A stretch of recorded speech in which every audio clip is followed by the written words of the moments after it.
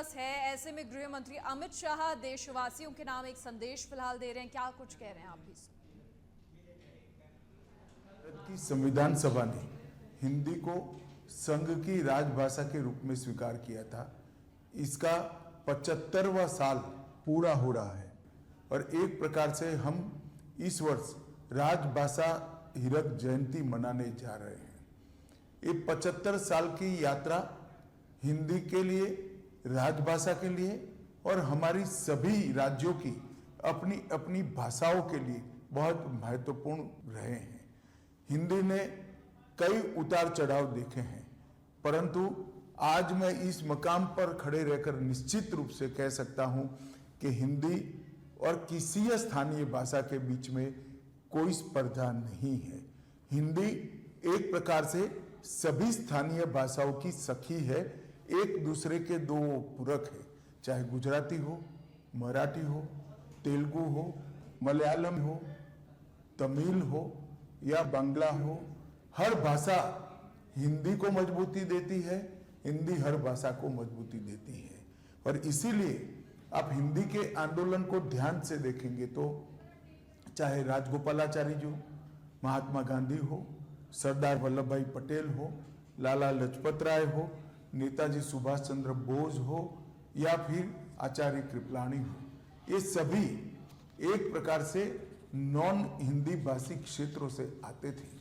और जो समिति बनाई गई वो समिति भी श्री आयंगर और के.एम. मुंशी के नेतृत्व में बनाई गई थी, जिसने हिंदी को राजभाषा के रूप में मान्यता देना और हिंदी और हमारी बाकी सारी भाषाओं को ताकत देने का एक रिपोर्ट हमारी संविधान सभा के सामने रखा था।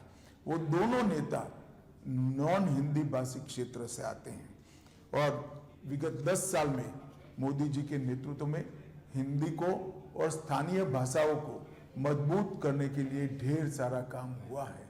मोदी जी ने अनेक अंतर्राष्ट्रीय मंचों पर गौरवपूर्वक हिंदी में संबोधन देकर हिंदी के महत्व को न केवल देश, समूचे विश्व के सामने रखने का काम किया है और हमारे देश में हमारी भाषाओं के प्रति गौरव के भाव को बढ़ाया है।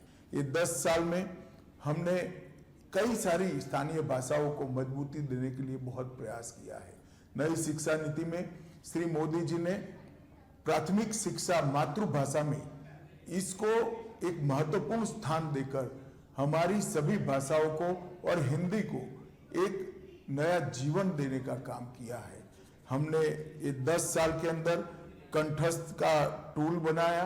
हमने इस 10 साल के अंदर 4 रिपोर्ट सबमिट किए और हिंदी को सरकारी कामकाज में प्रमुखता से प्रस्तावित करने का काम हमने किया है।